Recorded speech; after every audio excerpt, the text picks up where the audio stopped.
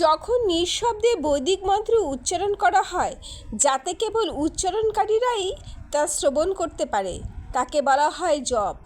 কিন্তু মন্ত্র যখন উচ্চস্বরে উচ্চারণ করা হয় তাকে বলে কীর্তন।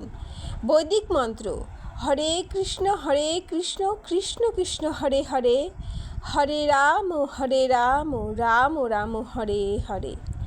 এটি নিঃশব্দে উচ্চস্বরে অথবা উভয়ভাবেই উচ্চারণ করা যায়, তাই তাকে বলা হয় মহামন্ত্র। আপনাকে কে বলেছে শ্রীকৃষ্ণ আর চৈতন্য মহাপ্রভু সমান? শ্রী চৈতন্য মহাপ্রভু তো কৃষ্ণের থেকেও ঊর্ধ্বে।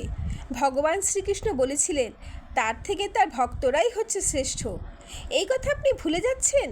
শ্রীকৃষ্ণ চৈতন্য মহাপ্রভু রূপে আবির্ভূত হন কলিযুগে হরির নাম সংকীর্তন প্রচার করার জন্য, কারণ কলিযুগে হরিনাম ছাড়া উদ্ধার নেই। শ্রীকৃষ্ণ বলেন, সুখের কামনা যে করে তার সুখ লাভ হয় না, যে সুখ চিনতে পারে তারই সুখ লাভ হয়। তুমি যদি এটা জেনে যাও যে তোমার জন্য সুখ কী, তবে তুমি সুখ অবশ্যই পাবে। হরে কৃষ্ণ হরে